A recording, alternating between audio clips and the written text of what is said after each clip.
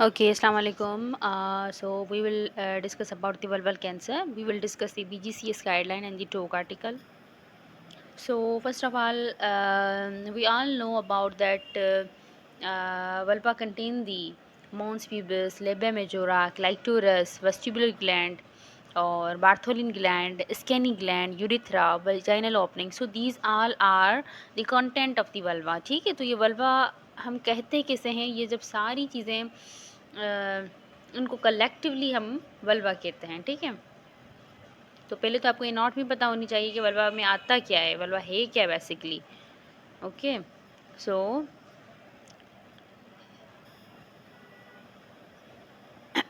BGCS guideline that was updated in 2020 on the vulval cancer. So the vulval cancer is a very rare and it occur in the women having the ages more than 90 or the 90-year age old females, and it account only less than the 1%. Okay, and the most common type is the squamous cell carcinoma of vulva. What are the risk factor? It is due to the HPV, lichen sclerosis, lichen planus. Incidence is rising under the 60 years due to the increased HPV related win. Okay, so HPV vaccination expected to reduce the future rates, but the dermatosis driven cancer will persist. Okay, so prevention screening, जिस तरह से cervical cancer की screening होती है इस तरह से vulval cancer की स्क्रीनिंग नहीं होती. HPV vaccine reduce HPV related win and the squamous cell carcinoma, but we discussed that there are the two type of the win. One is the HPV dependent, other one is the HPV अनडिपेंडेंट. ठीक है, सो जो independent HPV है उसको तो हम vaccine से control नहीं कर सकते और उसमें कैंसर का रिस्क ज़्यादा होता है as compared to the HPV dependent विन. तो HPV वैक्सीन से वो तो रिड्यूस हो जाएगा जो HPV की वजह से कैंसर हो रहा है, पर वो थोड़ी रिड्यूस होगा जो HPV जिसका काज ही नहीं है कैंसर का. So the high grade when treated with the imiquimod cytophovid, that is unlicensed are the surgery. तो अगर हमें डिस्कस कर चुके हैं हम कि अगर हाई ग्रेड विन है और हमने मैलिग्नेंसी एक्सक्लूड कर ली है, that it is not invasive. तो इन केसेस में हम मेडिकली ट्रीट कर सकते हैं हाई ग्रेड को. हमें मिक्यूआइड फर्स्ट लाइन इसकी ट्रीटमेंट होती है जो हम इसको देते हैं. ठीक है, और फिर lichen sclerosis control with ultra potent steroid. Example the clobetasols में lower the squamous cell carcinoma. अगर लिचिन स्क्लेरोसिस ट्रीट हो सकता है ना, तो फिर उसमें फिर कार्सिनोमा का रिस्क कम हो जाएगा अगर हम उसको स्टेरॉइड से ट्रीट करें early. Women with the लिचिन sclerosis should be reviewed annually in the primary care. New lesions require the urgent referral. ठीक है, अगर हमने किसी पेशेंट को लिचिन स्क्लेरोसिस हुई है उसको, ठीक है, हमने उसको अल्ट्रा पोटेंट स्टेरॉइड दी है, ठीक है, फिर हम पेशेंट को फॉलोअप पे रखते हैं. अगर विद इन 2 वीक पेशेंट के सिम्टम रिजॉल्व नहीं होते तो फिर हम इसको रेफ़र करते हैं पेशेंट को. ठीक है, क्योंकि लिचिन स्क्लेरोसिस में 5% रिस्क होता है वल्वल स्क्वैमस सेल कार्सिनोमा का, तो फिर हम अर्जेंट रेफरल करते हैं. और इन पेशेंट्स को हम एनुअली फॉलोअप पे बुलाते हैं और उनको खुद भी गाइड करते हैं कि आपको अगर कोई आप महसूस करें कि कोई नया लेजन आप डेवलप हुआ है तो फिर आपको जल्दी हॉस्पिटल आना है. ठीक है, अच्छा, प्रेजेंटेशन और diagnosis. Okay, presentation and diagnosis. The most women present with why the lesion, itching, bleeding or the pain. ठीक है, पेशेंट प्रेजेंट कैसे करेगी हमारे पास वल्वल कैंसर के साथ? तो पेशेंट को एक तो लेशंस होंगे, ठीक है, और इचिंग की कंप्लेन होगी, ब्लीडिंग होगी, पेन होगा, rapid referral for the suspicious lesion as per nice.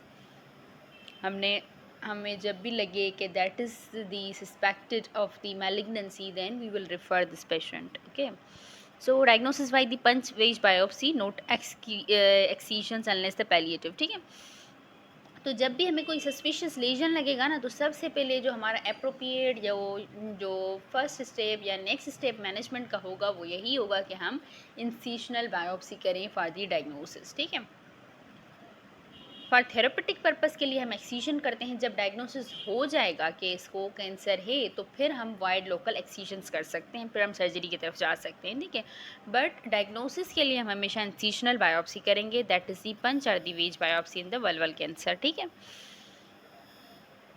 Include lesion edge for the accurate background histology. Diagram or the photograph recommend. Pathology क्या है इसकी? Vulval squamous cell carcinoma arise from the HPV related और the HPV independent pathway. ठीक है, तो दो pathway होते हैं, एक तो HPV डिपेंडेंट और एक HPV independent, that is a differentiated. So जो डिफरेंशिएटेड विन होता है उसमें हाई रिस्क होता है कैंसर का, वो हम पढ़ चुके हैं कि उसमें ज़्यादा होता है as compare to the HPV independent के. Depth of the invasion and the lymphovascular or perineural invasions are the key prognostic factor. P16 HPV marker and P53 tumor suppressors used for the classification. Sentinel lymph node biopsy recommend for the staging. Okay, surgical management is the primary site of the management. ठीक है, और करते क्या है हम? Exercise with the macroscopic clearance more than the 1 centimeter in stew, aiming for more than the 2 millimeter margin in fixed specimen. कम से कम हमें एक तो जो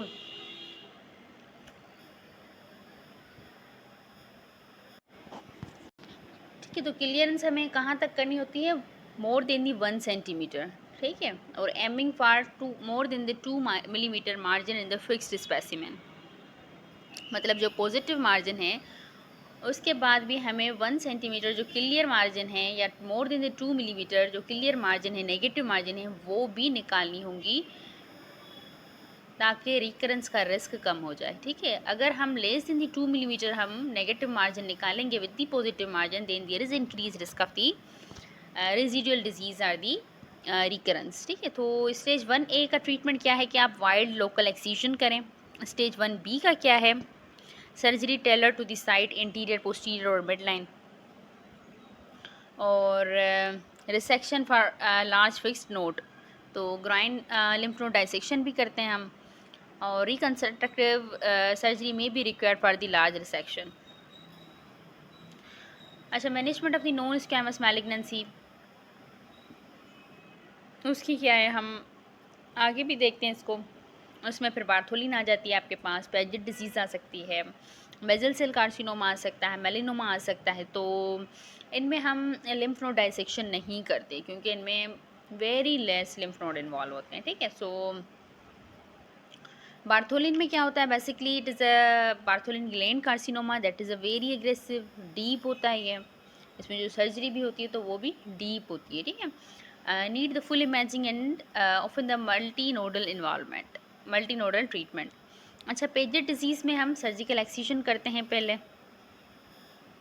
इमिक्वाइड में reduce the recurrence. Consider the screening for the synchronous malignancies. और basal cell carcinoma locally excised, node surgery only clinically indicated. ठीक है, अगर हमें लग रहा है कि नोड पल्पेबल हैं या इमेजिंग पे हमें मिल रही हैं तो फिर हम करेंगे, अदरवाइज हम नोडल सर्जरी नहीं करते बेजल सेल कार्सिनोमा में. ठीक है, melanoma wide local excisions with the negative margin, sentinel lymph node biopsy for the staging when the multidisciplinary team management essential. ठीक है, तो इनकी अलग से मेलानोमा वालों की टीम होती है जो इनको ट्रीट करते हैं, और इसका ट्रीटमेंट भी यही है कि आप वाइड लोकल एक्सीजन करें और सेंटिनल नोड बायोप्सी आप करते हैं फॉर दी स्टेजिंग के लिए इनमें. ओके, तो ये है प्रीकर्सर. ठीक है, तो वल्वल स्क्वैमस सेल कार्सिनोमा का प्रीकर्सर क्या है? या तो HPV डिपेंडेंट विन है या तो HPV इंडिपेंडेंट विन है. बार्थोलिन का क्या है? उसमें भी फिर बार्थोलिन और एडिनोकार्सिनोमा, इन दोनों का फिर HPV डिपेंडेंट और HPV इंडिपेंडेंट, इनकी वजह से होता है. और मेलानोमा का क्या है? उसके फिर डेरिवेटिव्स हैं. ठीक है, और इन्वेसिव पेजिड डिजीज़ का क्या है? उसमें फिर एडिनोकार्सिनोमा इंस्ट्यू करवाता है. पेजिड डिजीज़ की वजह से ना एडिनोकार्सिनोमा होता है. ठीक है, सो these are the precursors of the vulval carcinoma.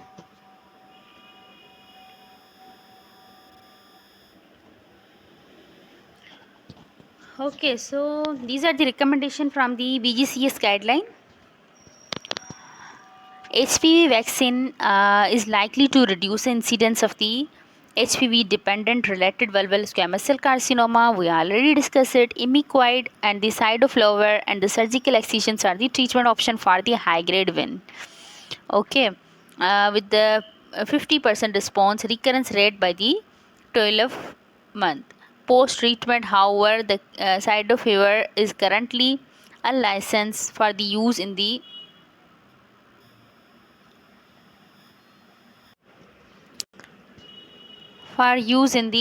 undifferentiated vein. Okay, so good control of the lichen planus and the lichen sclerosus with ultra-potent steroid improve the symptoms. We already discussed it. There is a currently no proven screening test. ये भी हम discuss कर चुके हैं, ठीक है. So women with multifocal HPV related disease should be followed up colposcopy, क्योंकि जो मल्टीफोकल एचपीवी होता है उसमें फिर इनोजेनाइटल कैंसर का भी रिस्क ज़्यादा होता है, ठीक है. तो फिर इन पेशेंट्स को हम फॉलोअप पे रखते हैं फॉर दी कोलोपोस्कोपी के लिए और digital anorectal examinations with the prompt referral should the symptoms of the anal cancer develop. Okay, तो फिर ये आपने याद रखना है कि अगर जो पेशेंट जिनको मल्टीफोकल एचपीवी है तो फिर उनको हम फॉलोअप पे रखते हैं फॉर दी कोल्पोस्कोपी के फॉलोअप पे रखते हैं, क्योंकि इनमें एनल कैंसर का रिस्क ज़्यादा होता है. फिर जब भी हमें सस्पिशियस हो तो फिर हम इनको रेफ़र करते हैं, ठीक है. और इनमें फिर HIV की टेस्टिंग भी हम करवाते हैं जिनमें मल्टीफोकल एचपीवी रिलेटेड डिसीज़ होती है, ठीक है. और उसके बाद जो हाई ग्रेड हैं और उनमें फिर हम वल्वोस्कोपी करते हैं फॉलोअप पे और इंस्पेक्शन करते हैं. अच्छा, women with uncomplicated lichen sclerosus the lichen planus should be followed up in the primary care. lichen planus और lichen sclerosus का एनुअली फॉलोअप होता है. Women with lichen sclerosus who develop the new lesion should be referred to the secondary care और वो उनका primary care में होता है, ठीक है. बट अगर पेशेंट्स को हमने ट्रीट किया और विद इन द 2 वीक्स उसको न्यू लेशंस डेवलप हो गया तो फिर हम या सिम्टम्स उसके रिलीफ नहीं हो रहे विद इन 1 और 2 वीक्स तो हम इन केसेस में भी पेशेंट को रेफ़र करेंगे, ठीक है. ये हम सब डिस्कस कर चुके हैं. Okay, so multifocal HPV related when colposcopy करेंगे और इनमें वल्वोस्कोपी करेंगे एवरी 6 to 12 मंथ. ओके, और lichen sclerosis annual review if the quiescent and the self managing और follow up of the vulval squamous cell carcinoma का कैसे follow up करेंगे, 6 monthly करेंगे for the 2 year then annually to the 5 year, ठीक है. तो vulval cancer is a rare but rising in the young women due to the HPV. 90% squamous cell carcinoma, 10% including the melanoma, basal cell carcinoma, ठीक है. तो most common type इसका है squamous cell carcinoma. HPV vaccine reduce the future win and the squamous cell carcinoma incidence. No screening test exists. Follow-up for the high risk group is essential. Lichen sclerosus or lichen planus managed with a potent steroid to reduce the malignancy risk. Imiquimod effective for the undifferentiated when Cidofovir is unlicensed. Clinical photos in the diagram should be the part of the diagnostic process. Punch biopsy including the lesion age is preferred. Avoid the excision biopsy.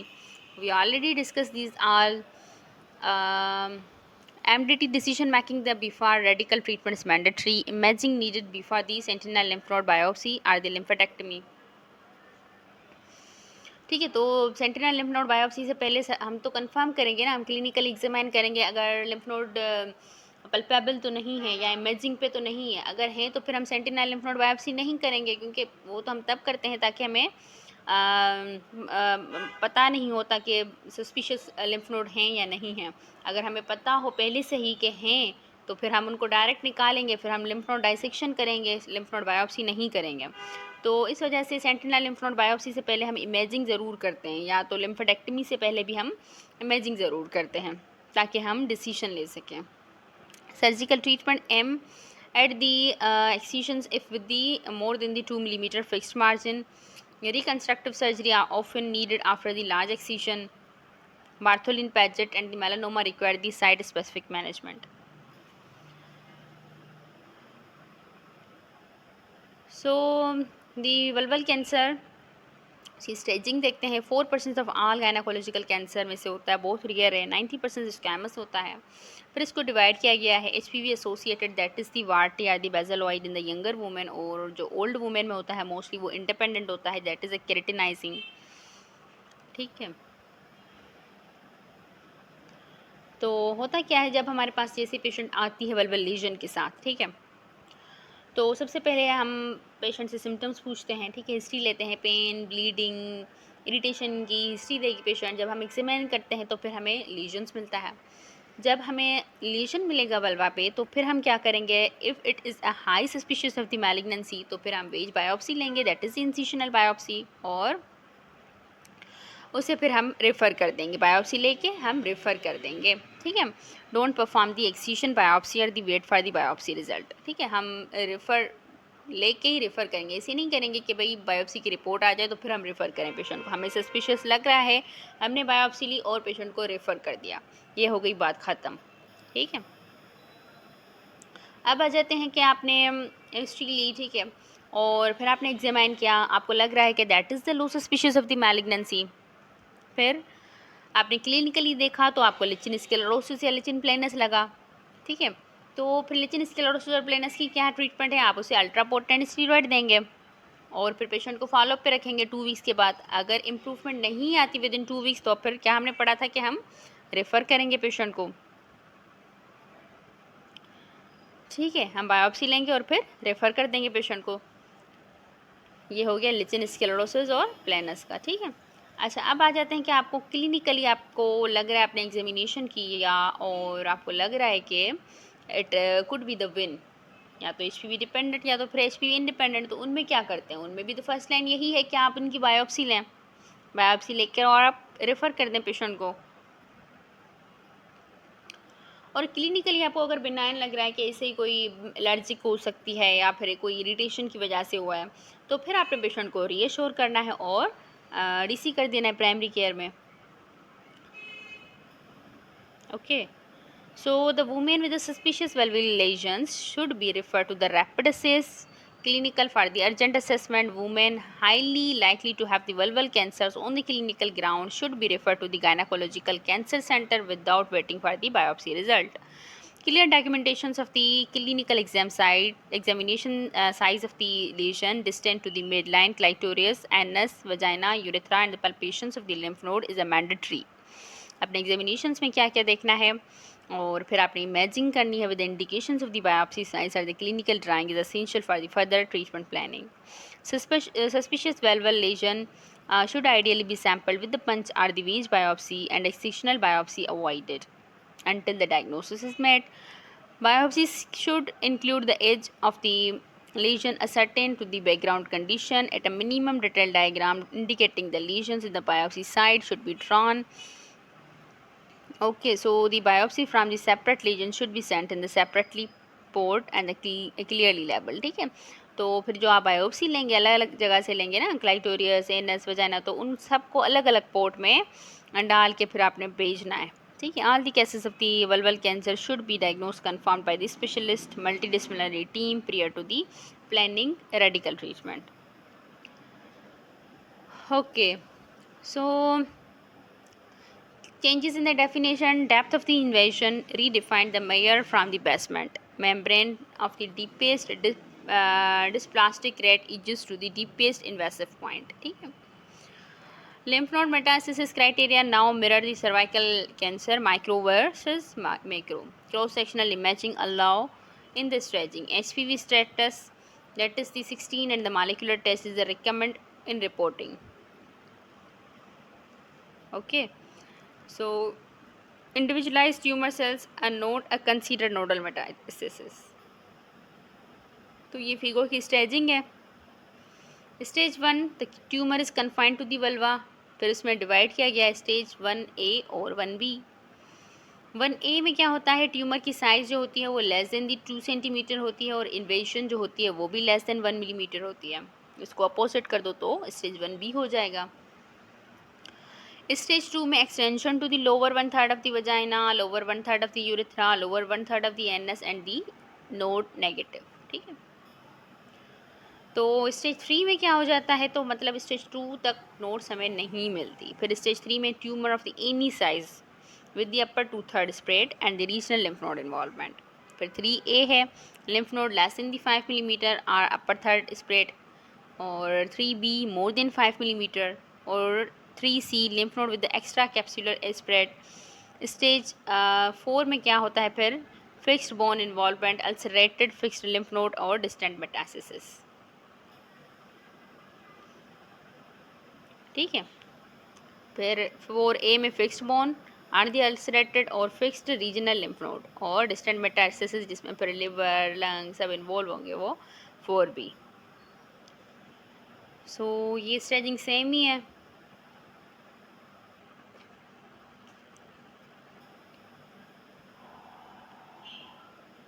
Okay तो ये भी हम discuss कर चुके हैं कि आपने excision कैसे करनी है। मोर देन 1 सेंटीमीटर आपने नेगेटिव मार्जिन का भी निकालना है ट्यूमर के साइड। मतलब अगर ट्यूमर आपका है फॉर एग्जांपल आपका ट्यूमर है 2 सेंटीमीटर का, ठीक है, फिर आप सर्जरी जब कर रहे हैं ना तो ये 2 सेंटीमीटर तो आप निकालेंगे, उसके साथ साथ आप 1 सेंटीमीटर और भी निकालेंगे जो क्लियर होगा, ठीक है, ताकि रिकरेंस का रिस्क कम हो जाए। Okay, so if the vulval squamous cell carcinoma extend to the pathological excision margin, re-excision is the treatment of the choice, ठीक है। और फिर उसके बाद भी अगर आपको मार्जिन पॉजिटिव मिलती है तो फिर आप री-एक्सिजन करेंगे। Some patient require the access to the reconstructive technique at the time of the vulval surgery, joint pre-operative planning with the gynecological oncology and the reconstructive surgeon, including an examination under the anesthesia, should be considered. Okay so ये आ गया stage 1, ठीक है। 1A में हमने क्या पढ़ा था, 1A और 1B। ये है 1A when the depth of invasion is less than 1 millimetre, और ये है 1B when the depth of invasion more than the 1 millimetre. तो इसका ट्रीटमेंट क्या होगा, वाइड लोकल एक्सीजन्स हम करेंगे, ठीक है। और फिर इसमें हम सेंटिनल लिम्फ नोड बायोप्सी नहीं करेंगे क्योंकि इसमें लिम्फ नोड इन्वॉल्वमेंट का रिस्क लेस देन दी 1% होता है, तो फिर इसमें हम नहीं करेंगे, ठीक है। और सिर्फ हम इसका ट्रीटमेंट क्या करेंगे, wide local excisions with the photos or the diagram. अच्छा, उसके बाद अगर स्टेज 1B है तो इसका थोड़ा डिफरेंट है। इसमें हम क्या करेंगे, इंग्वाइनल लिम्फ नोड इमेजिंग करेंगे। मतलब पेशेंट हमारे पास आई, हिस्ट्री दी, स्टेज 1B डायग्नोस हुआ तो क्लिनिकली हम असेस करेंगे लिम्फ नोड को, फिर उसकी इमेजिंग करेंगे। इमेजिंग के लिए कौन सी इन्वेस्टिगेशन करेंगे, CT स्कैन करवाएंगे, और फिर हम देखेंगे जो प्राइमरी लीजन है अगर वो लेस इन दी 4 सेंटीमीटर है और हमें कोई भी स्कैन पे लिम्फ नोड नहीं मिली तो फिर हम सेंटिनल लिम्फ नोड बायोप्सी करेंगे, ठीक है। हम तभी करते हैं ना जब हमें लिम्फ नोड क्लिनिकली और इमेजिंग पे नहीं मिलती, तब ही हम सेंटिनल लिम्फ नोड बायोप्सी करेंगे। अगर मिल जाती हैं तो फिर हम लिम्फ नोड निकालेंगे, फिर हम क्यों करेंगे बायोप्सी। जब ऑलरेडी एक चीज़ डायग्नोस है तो उसको फर्दर थोड़ी डायग्नोस करेंगे। अच्छा, तो फिर हम सेंटिनल लिम्फ नोड बायोप्सी करेंगे, और तो sentinel lymph node biopsy unilateral करेंगे अगर जो लीजन है वो लेटरल है, और अगर लीजन आपका मिड लाइन पे है वल्वा में, अगर लीजन आपका नियर टू यूरेथ्रा है या आपका लीजन जो है वो मिड लाइन पे है 1 centimetre of the mid line, तो फिर हम बायलैटरल दोनों तरफ से सेंटिनल लिम्फ नोड बायोप्सी करेंगे, ठीक है। और मोस्टली जो उनकी जो प्राइमरी नोड होती है वल्वा की जहाँ पर ड्रेन करते हैं, that is the superficial inguinal lymph node, ठीक है। तो इंग्वाइनल लिम्फ नोड बायोप्सी करेंगे दोनों साइड से। अच्छा, बट अगर आपका प्राइमरी लीजन है 4 सेंटीमीटर से ज़्यादा है और मल्टीफोकल डिजीज़ है, या तो फिर आपको इमेजिंग पे लिम्फ नोड मिल गई हैं या तो फिर आपको क्लिनिकली पल्पेबल लिम्फ नोड मिल गई हैं, तो फिर आप क्या करेंगे, फिर तो sentinel lymph node biopsy minus हो गया, फिर तो करने की ज़रूरत ही नहीं है। तो फिर आप इंक्वाइनल लिम्फ नोड डाइसेक्शन करेंगे, ठीक है। और वो कैसे करेंगे, अगर लीजन लेटरल है तो आप डाइसेक्शन सिर्फ एक साइड की करेंगे, ठीक है। और अगर मिड लाइन पे लीजन है तो फिर आप बायलेटरल लिम्फ नोड डाइसेक्शन करेंगे, ओके। तो सेंटिनल लिम्फ नोड बायोप्सी की क्या इंडिकेशन है, क्या क्राइटेरिया है, अगर यूनिफोकल डिजीज़ हो और depth of invasion more than 1 millimetre हो और tumour size less in the 4 centimetre हो और representative pearly lesion injection is a possible, ठीक है। और tumour should not encourage on the urethra, anus or the vagina. No clinical or the radiological evidence of the involved node.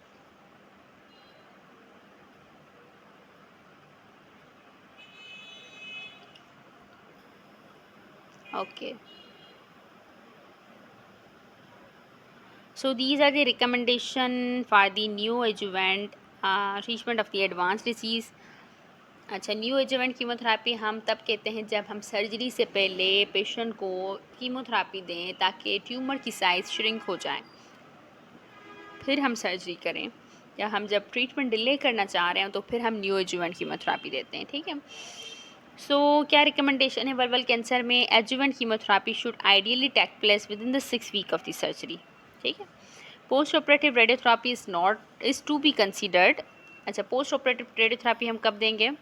जब positive excision margin of the primary tumour after the end the further surgical excision not possible. वैसे तो यही treatment है ना कि अगर positive margin है तो आप री एक्सीजन करें, but if it is not possible तो आप रेडियोथेरेपी भी दे सकते हैं। Pathological margin less in the 2 millimeter where the repeat excision is not recommended. Even though no consensus for the threshold of the pathological margin distance, each case should be individualized and discussed with the MDT. Okay, so the presence of the more than the one metastatic lymph node or the presence of the extracapsular lymph node involvement. So in these cases, we will give the post-operative radiotherapy. ठीक है, क्योंकि सारी तो lymph node हम नहीं निकाल सकते तो फिर हम रेडियोथेरेपी देंगे। Definitive chemo radiation generally weekly देंगे हम। सिस्प्लेटिन देंगे with the IMRT is the treatment of the choice in the patient with the locally unresectable disease. जिनमें हम नहीं कर सकते, पेशेंट ओल्ड है, सर्जरी नहीं कर सकते, फिट नहीं है उसके लिए, तो फिर हम कीमो रेडिएशन देंगे। लोकली एडवांस वल्वल कैंसर में respond to the neoadjuvant chemotherapy and could be the considered to downstage the local disease and avoid the extensive surgery. Consideration need to given the enrolling patient into the clinical trial to explore the primary chemoradiation alone for the patient with the earlier stages of the locally advanced vulval cancer of the HPV origin to avoid the extensive surgery. ठीक है।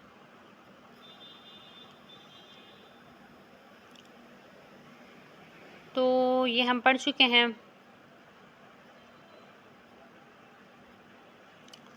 कि sentinel lymph node dissection is a procedure of the choice for the small less than the 4 centimeter unifocal tumor without the clinical or the radiological evidence of the lymph node metastasis. There is a clear learning curve for the sentinel lymph node dissection and technique should be performed by the clinical center. हमें पता कैसे चलेगा sentinel lymph node के बारे में? तो उसके लिए हम radio isotope is a mandatory for the sentinel lymph node, ठीक है। हम डाई का यूज़ करेंगे, ठीक है, फ्लोरोसेंस डाई का।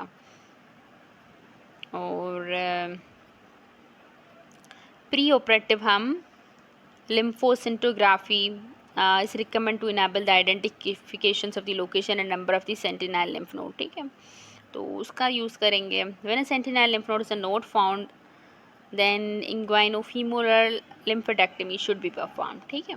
तो दैट इज़ सी BCQ कि जब आपको नहीं मिल रही सेंटिनल लिम्फ नोड तो आप क्या करेंगे? तो फिर आप इंग्वाइनोफीमोरल लिम्फोडेक्टमी करेंगे। For the tumour involving the mid line तो उसके लिए आप बायलेटरल करेंगे। जो लेटरल साइड पे हैं सिर्फ, तो फिर उनमें आप यूनिलेटरल करेंगे। Intraoperative assessment of the sentinel lymph node by the frozen section can potentially be used to avoid the need for a second procedure in the node positive disease. Pathological assessment of the sentinel lymph node should including the ultrasounding when the node is a negative. Okay.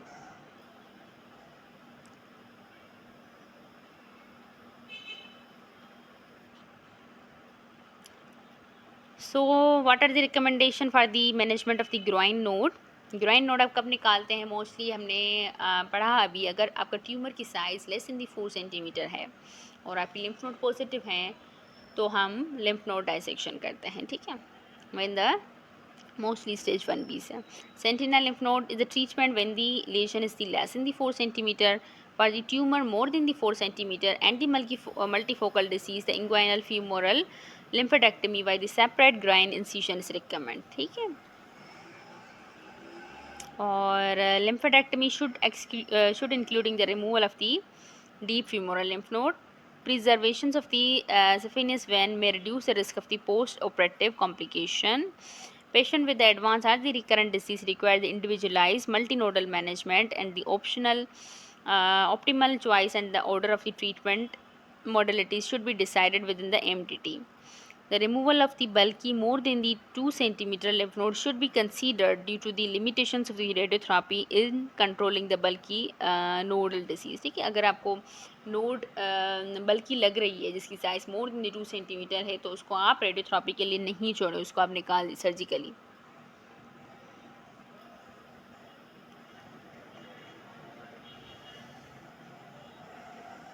Okay तो pre operative आप कौन सी investigation करवाएंगे? Gross nodal involvement should be the excluded by the clinical examinations in appropriate imaging in the radiology. ये हम discuss कर चुके हैं कि हम क्लिनिकल एग्जामाइन करेंगे, पल्पेट करेंगे लिम्फ नोड को और फिर हम CT MRI करवाएंगे. CT करते हैं मोस्टली लिम्फ नोड के लिए, ठीक है. तो उसमें फिर हम देखेंगे if the sentinel lymph node biopsy is a considered imaging of the groin either by the ultrasound, CT or the MRI is suggested to identify the potential lymph node metastasis. आप अल्ट्रासाउंड भी कर सकते हैं, CT भी कर सकते हैं, MRI भी कर सकते हैं, ठीक है. और FNAR core biopsy can be used to elevate the suspicious node when this would alter the primary treatment. Although the removal of the involved lymph node should be the considered standard of the care. Further staging with the CT and the PET CT is recommended in the presence of the proven metastatic disease or in the advanced disease. ठीक है, तो पेट CT आप तब करते हैं जब आप suspect कर रहे हैं कि that there is the metastasis, ठीक है. तो फिर इन केसेस में आप स्टेजिंग के लिए आप पेट CT करवाते हैं एडवांस डिजीज़ में. No additional imaging is required in the pre-op assessment of the basal cell carcinoma unless there is a clinical suspicion of the nodal disease. Melanoma and the Bartholin cancer should be assessed with the combinations imaging, that is the MRI and the CT, to provide the information on the extent of the local disease and the metastatic disease. PET CT may be appropriate in the selected cases. Okay. तो lymph node आप देख लें, vulva और lower 1/3 of vagina कहाँ पे drain करते हैं? Superficial inguinal lymph node में. और यूट्रस, सर्विक्स और अपर 2/3 ऑफ वजाइना का ड्रेनेज कहाँ पे जाता है? इंटरनली लिए ऑब्ट्यूरेटर एक्सटर्नल, ठीक है. ओवेरियन और फेलोपियन ट्यूब का पेरा एरोटिक में जाता है. The upper third of the vagina drain into the external and internal iliac lymph node. The middle third drain into the internal iliac lymph node. The lower third drain into the superficial inguinal lymph node. Survival rate आप देखें, stage 1A का कितना है? 86 है. Stage 1B का 77 है. 2 का है 64. 3A का है 60. 3B का है 49. फिर 3C का 31 है. 4A का 25 है. 4B का 18 है. तो वल्वल कैंसर कितने % होता है? 4% होता है, ठीक है. ओवरऑल इसका इंसिडेंस इतना है. मोस्ट कॉमन है 90% स्क्वैमस सेल कार्सिनोमा है. HPV डिपेंडेंट भी हो सकता है, इंडिपेंडेंट भी हो सकता है. स्टेज 1A में सिर्फ वल्वा इन्वॉल्व होता है, ठीक है. और स्टेज 2 में फिर lower 1/3 negative lymph node. Stage 3 में फिर अपर 1/3 और लिम्फ नोड पॉजिटिव होती हैं. ओके, फिर स्टेज 4 में जो होता है वो डिस्टेंट मेटास्टेसिस हो सकता है. Cross sectional imaging now incorporated. HPV 16 molecular encourage for the documentation. ये हम डिस्कस कर चुके हैं कि हम कैसे करेंगे अगर मल्टीफोकल हो तो. ये भी हम डिस्कस कर चुके हैं. ओके, तो बेसल सेल कार्सिनोमा पे आ जाते हैं. जो नॉन स्क्वैमस सेल कार्सिनोमा है, अदर्स में आ जाता है. इनमें कितना रिस्क होता है? 2% होता है वल्वल कैंसर का. और 2% ऑफ द वल्वल कैंसर जो होते हैं वो बेसल सेल कार्सिनोमा होता है. और मोस्टली ये वाइट और पोस्ट मेनोपॉजल वुमेन्स में होता है. May be the locally invasive but they usually do not metastasise. तो इस वजह से हम इनमें सेंटिनल लिम्फ नोड बायोप्सी नहीं करते. स्लो ग्रोइंग होते हैं. हम इनका ट्रीटमेंट यही है कि आप वाइड लोकल एक्सक्यूशन करें या तो फिर रेडियोथेरेपी करें.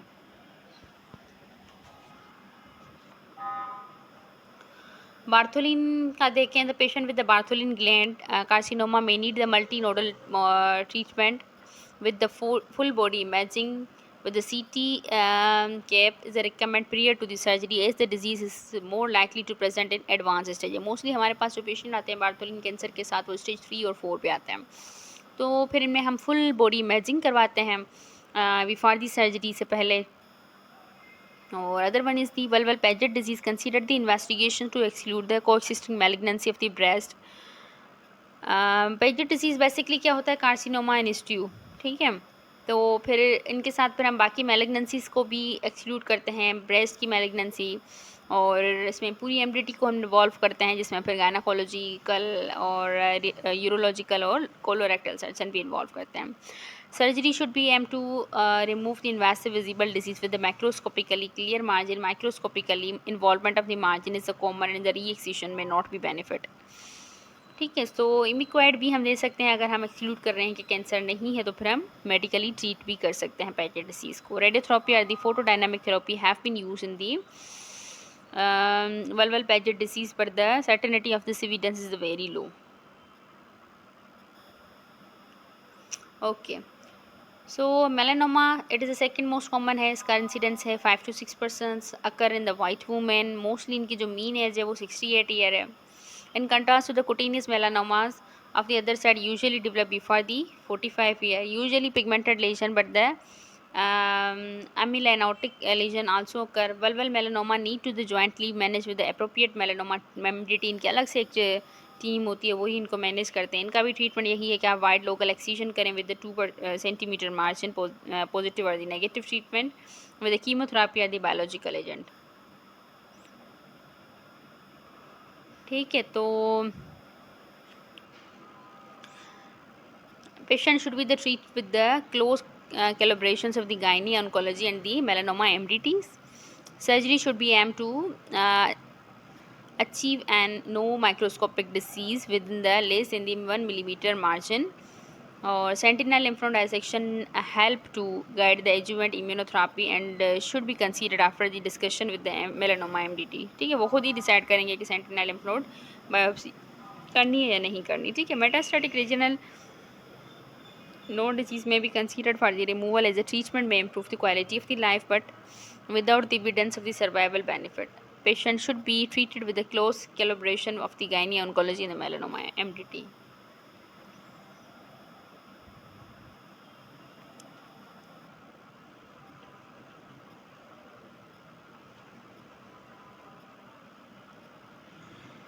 ओके, तो ये हम तो डिस्कस कर चुके हैं बार्थोलिन ग्लैंड का. Bartholin gland carcinoma is a very rare. और कैसे प्रेजेंट करता है, mass in the vulva, the lower vagina, over the area of the Bartholin gland, ठीक है. तो मोस्टली ये मिड लाइन पे होता है और बहुत पेनफुल होता है. और जब भी हमारे पास पेशेंट आती है, हम बार्थोलिन ग्लैंड की जब एब्सेस पढ़ रहे थे तो हमने यही पढ़ा था कि अगर हमारे पास पेशेंट आती है एब्सेस के साथ और उसकी एज अगर 40 ईयर से ज़्यादा है या फिर रिकरेंट एब्सेस के साथ आती है तो फिर इन केसेस में हम बायोप्सी ज़रूर करते हैं इन पेशेंट्स की, ठीक है, क्योंकि इनमें फिर कैंसर का रिस्क ज़्यादा होता है. तो Bartholin gland excisions or the marsupialisation can delay the diagnosis or the make the further surgical treatment more challenging. Bartholin gland carcinoma may present with a more advanced disease, 60% present with the stage 3 and the 4, since they are rise to the deep to the surface of the skin and the less clinically obvious. Preoperative imaging with the CT PAP is therefore recommended. These lesions are not suitable for the sentinel lymph node approach, and there is an increased risk of the loco-regional spread at diagnosis. MRI pelvis may help to delineate the local degree of involvement. As with the other vulvosquamous cell carcinoma, the CT staging should be undertaken, ठीक है. Tumor develop deep in the vulva, so the surgical management involve the extensive dissection into the rectal fossa and the potentially into the anal sphincter. So the surgery may require the plastical reconstruction. There is no current data regarding the use of the sentinel lymph node biopsy, hence the inguinal femoral lymphodectomy is recommended for the management of the groin.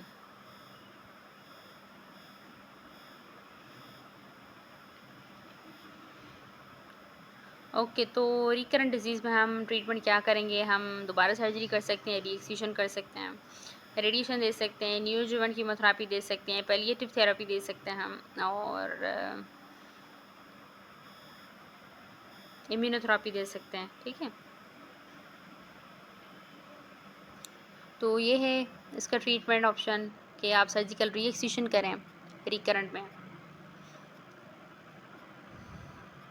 Yeah, imaging by the CT, PET CT when appropriate of the thorax, abdomen, pelvis is recommended prior to the treatment to tailor the adequate approach. Recurrent में फिर आप PET CT करवाएंगे, thorax का भी, abdomen का भी, pelvis का भी, before the treatment. In patient not amenable to the surgery, अगर सर्जरी के लिए पेशेंट फिट नहीं है तो फिर आप कीमो दें, रेडियो दें या कॉम्बिनेशन में दें, depend upon the previous modality of the patient and the fitness. ठीक है. सिस्टमेटिक ट्रीटमेंट में भी considered in the patient with the distant metastasis but the publish data are the insufficient to recommend preferred protocol. Okay. So follow up कैसे करते हैं इन patients का? There is a no proven regimen for the follow-up of the vulval squamous cell carcinoma. However, the recurrence rate and the new foci are common. So, those with the no recurrence of this vulval squamous cell carcinoma are undifferentiated when could be discharged with the assist of the rapid referral after the 5 year. ठीक है. 5 year तक इनका follow up होता है. 6 monthly करते हैं हम starting में, फिर हम एन्यूअली करते हैं. ओके. तो initially 3 month following the surgery may be appropriate to check the healing in the local recurrence. Further follow up is not required if the completely excised. Basal cell carcinoma में तो इस तरह से होता है. और पेजिड डिसीज में लॉन्ग टर्म फॉलोअप होता है. ट्रीटमेंट आप देख लें दोबारा से एक मरतबा. वाइड लोकल एक्सीजन करते हैं हम. ठीक है. स्टेज 1A में, पेजिड में भी, इवन में भी, मेलेनोमा में भी. ठीक है. वेरिक्यूस बेजल सेल कार्सिनोमा में भी. और स्टेज 1B में हमने पढ़ा है कि अगर लेस इन दी 4 सेंटीमीटर है तो फिर आप वाइड लोकल एक्सीजन करेंगे और सेंटिनल लिम्फ नोड बायोप्सी करेंगे. अगर मोर देन दी 4 सेंटीमीटर है तो फिर आप क्या करेंगे? फिर आप ट्रिपल इंसिजन रेडिकल वल्वेक्टमी करेंगे plus bilateral lymph node dissection करेंगे अगर लेजन मिड लाइन पे. तो अगर लेटरली लेजन है तो फिर आप यूनिलेटरल लिम्फ नोड डाइसेक्शन करेंगे. और फिर स्टेज 2 में भी आप कॉन्करेंट कीमो रेडियोथेरेपी करेंगे. और फिर the principle of the adequacy of the surgical margin are maintained with these tumor and the excision of the distal urethra and the vagina should be considered in these cases where the anus is involved. तो फिर अगर anus involve हो गया ना तो फिर आप क्या करेंगे? कॉन्करेंट कीमो रेडियोथेरापी करेंगे या नियोएडजुवेंट कीमोथेरापी करेंगे ताकि ट्यूमर की साइज श्रिंक हो जाए तो फिर आप उसको सर्जिकली रिमूव करें. ठीक है. तो बेसिकली ट्रीटमेंट तो यही है कि आप सर्जरी करें और फिर लिम्फ नोड डाइसेक्शन करें. ठीक है. बट अगर ट्यूमर इन्वॉल्व है एनस तक तो फिर आप पहले नियोएडजुवेंट कीमोथेरेपी देंगे और फिर सर्जरी करेंगे. ठीक है. और स्टेज 3 में भी हम management of the primary tumour is the same as in the early stage. इसमें भी हम सर्जरी करेंगे और लिम्फ नोड डाइसेक्शन करेंगे. और फिर स्टेज 4 में भी हम अगर पेशेंट सर्जरीज में एडवांस डिजीज़ में हम नहीं कर सकते फिर हम पैलिएटिव प्रोसीजर करते हैं. ठीक है. सो that's all about the vulval carcinoma.